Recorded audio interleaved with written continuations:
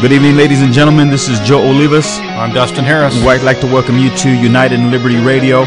This is the day after the signing of the infamous health care legislation, the Christmas present to socialists alike.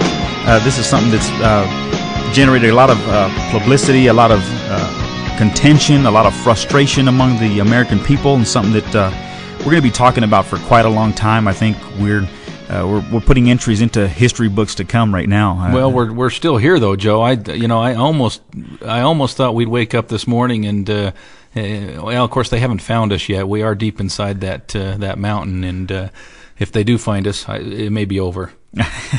Well, I think they're gonna look, but I want to bring something up, Dustin. Something that I came across that has been very, very interesting to me. I think last week when we were visiting with our listeners, I was a little optimistic as to what was going to take place with regards to the healthcare legislation that was going to be voted on Sunday, and I began to think a little bit about it. I thought the reason why I was so optimistic, and the reason why I was so optimistic is I was under the false belief that the individuals in Washington were going to act on principle. That's a joke, right, Joe? No, I couldn't believe how come they would make this decision, because ultimately it's if they do the right thing, if they act on principle, this thing doesn't pass. Well, I think that's the problem. Yeah, that's definitely what was going on. This is really interesting. We have this thing take place. They barely passed this thing just by a few votes. And, like I said last week. A few votes or a few backdoor deals? A little bit of both. More of one than the other. The reality is, if you look at what all these backdoor deals had cost with the 4 votes that they came across, those were pretty expensive votes. Mm-hmm. And I don't know that anybody is really taking the time to analyze those things as much as we probably should be. Reason why is because let me share something with you first. This is something that I came across. It was just an interesting story to read, and this is. Stupak is the one that kind of gives the deciding vote. Him and his group of individuals, these pro-life Democrats, who said that they weren't going to support the bill. Because you said pro-life with quotes around there, right? Yeah. Because it was a question. In all honesty, Joe, I mean, to give him credit, he does have a record of being pro-life. I question that now because of what happened here, and I'm sure you're going to explain that. Well, I mean, pro-life is pro-life. I mean, you don't bend. Right.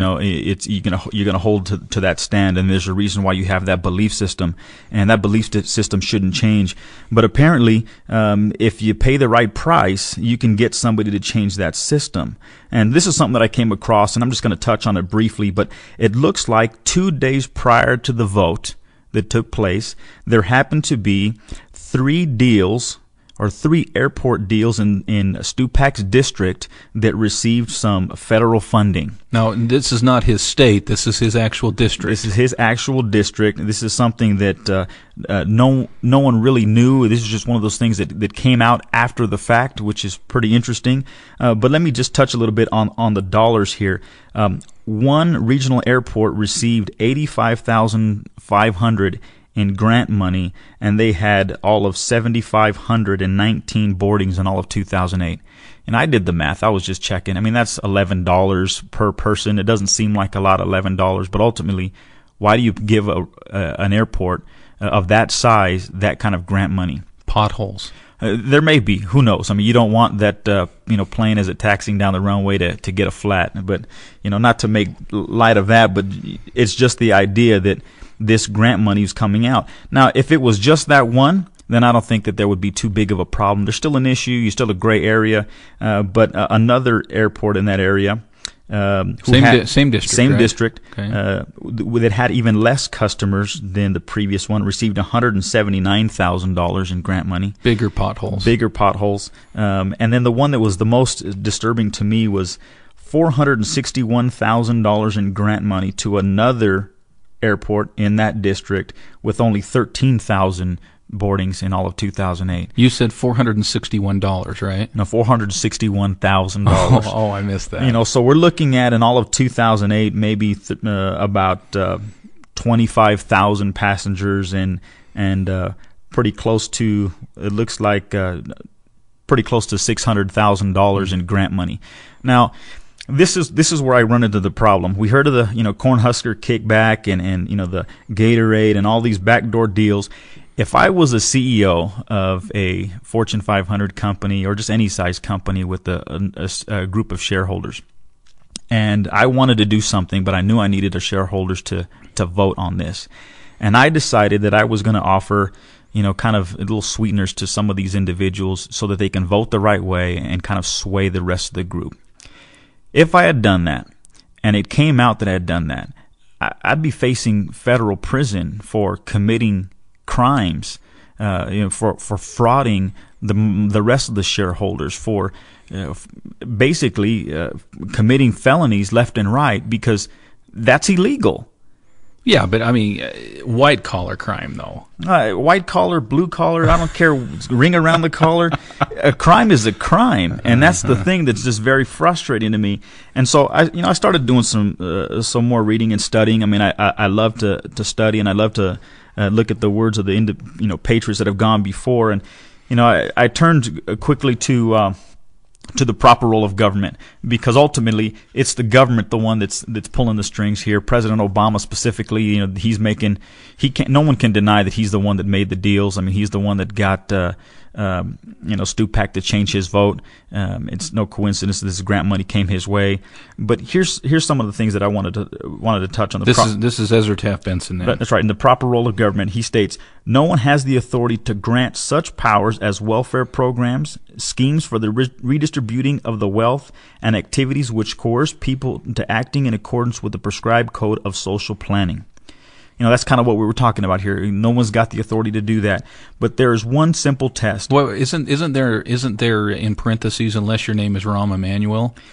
Well, you know what? Unless your name is Rahm Emanuel, and you're in a shower and you're poking your finger in some heavy-set guy and getting him to vote his way. Okay. Move on. Let's move on. But there's a question here that Ezra Taft Benson points out. He says there's one simple test.